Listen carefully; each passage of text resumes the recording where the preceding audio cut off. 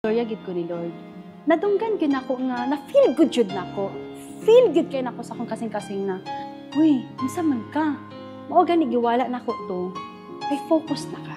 Focus ka kay Amara. Kay kung mag-focus ka, lahi akong ihatag sa imo. Katong pagkawala ato, abi nako babagsak na. Abi nako wala na. Tapos na ang pangarap. Redirection, another redirection di ay. Yes, Col. Kailangan ako ni Ibton kay na ako'y mas dako nga plano sa imuha.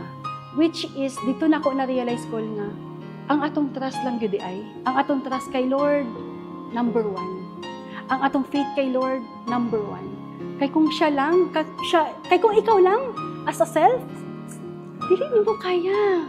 Pero yung nandun yung trust, nandun yung faith, nandun yung guide ni Lord.